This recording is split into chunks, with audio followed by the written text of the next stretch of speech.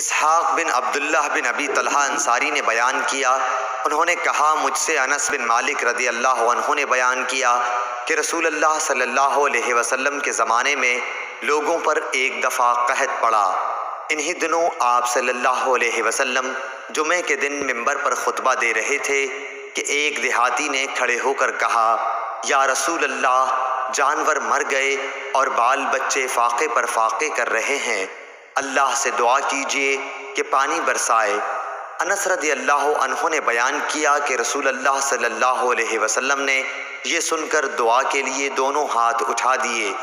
آسمان پر دور دور تک ابر کا پتہ تک نہیں تھا، لیکن آپ کی دعا سے پہاڑوں کے برابر بادل گرجتے ہوئے آ گئے۔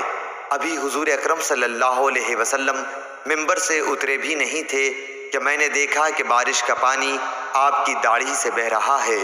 انس نے کہا کہ اس روز بارش دن بھر ہوتی رہی، دوسرے دن، تیسرے دن بھی، اور برابر اسی طرح ہوتی رہی۔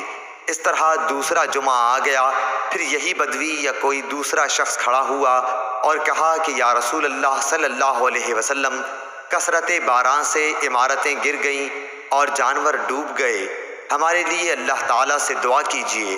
چنانچہ رسول اللہ صلی اللہ علیہ وسلم نے پھر دونوں ہاتھ اٹھائے اور دعا کی کہ اے اللہ، ہمارے اطراف میں برسا اور ہم پر نہ برسا۔ حضرت انس نے کہا کہ حضور اکرم صلی اللہ علیہ وسلم اپنے ہاتھوں سے آسمان کی جس طرف بھی اشارہ کر دیتے، ابر ادھر سے پھٹ جاتا۔ اب مدینہ حوض کی طرح بن چکا تھا، اور اس کے بعد وادی قنات کا نالہ 1 مہینے تک بہتا رہا۔